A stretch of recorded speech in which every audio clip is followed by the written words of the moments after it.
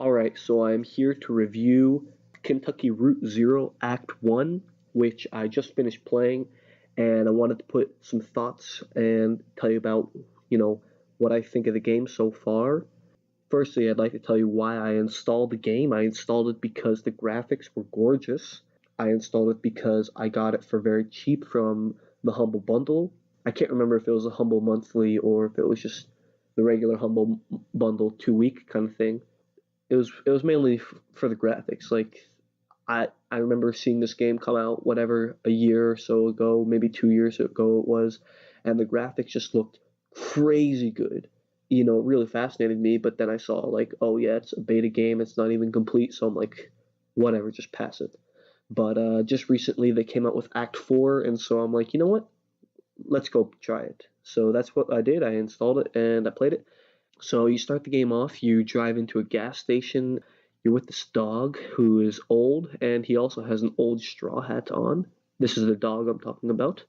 And you need to turn on the gas station lights, so you go down and you find some glow in the dark dye for a board game.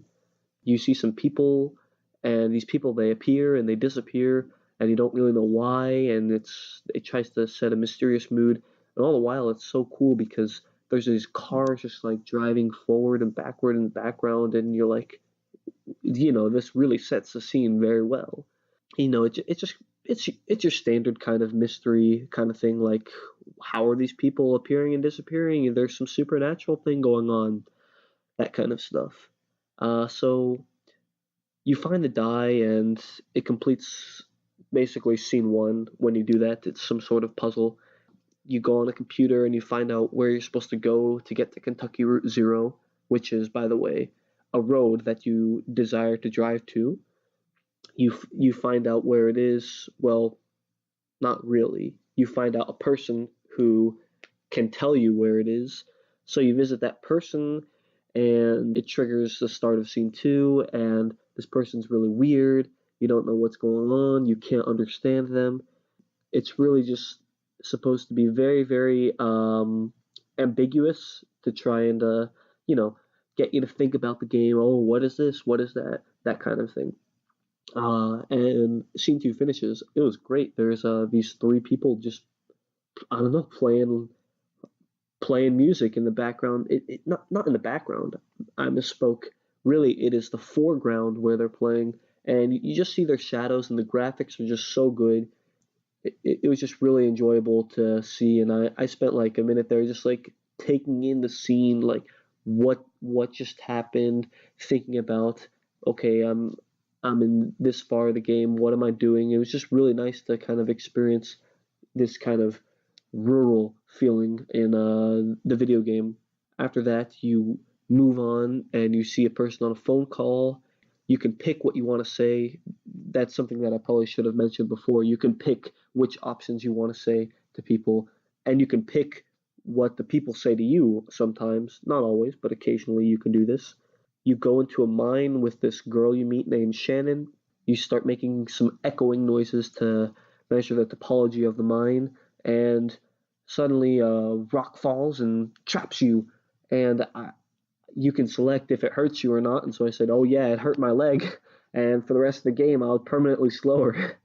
I guess the game, I don't know, it's really telling you like this is the decision you made, so you shouldn't be blaming the game for your character being slower because you selected that your leg was hurting. You should be blaming yourself, trying to see if the game would do anything special if your leg was hurting, and it definitely did. And I don't regret it, even though it made the game whatever a minute longer. It was nice, because you get to experience it more. Let's see what else here. So while you're in the mine, you can basically just explore the mines, and there's creepy things. One of the things that I did is you could turn the lights off in the mine, and when you do so, occasionally you'll get like a little electric spark. It'll illuminate the room while the lights are off, and you can see, a shadow of a human watching you in the dark. It's just trying to scare you like that. And really, you can explore the mines on this mine cart that you're on, and you learn about like these miners who got trapped there and drowned, and It's just trying to really set this kind of mysterious, uneasy, supernatural kind of malaise. And like I said, you get out, you go back to the setting of scene two. Your partner named the girl that you went to the mine with, she fixes a TV, whatever, aligns the magnets north to south, and then the barn in the background turns into a black hole and your car drives through it. I enjoyed the whole thing. It's not really a game, it's more of like a story, pointing and clicking, and you get to figure out what's happening. It's like an interactive movie essentially. I just really liked it for the graphics.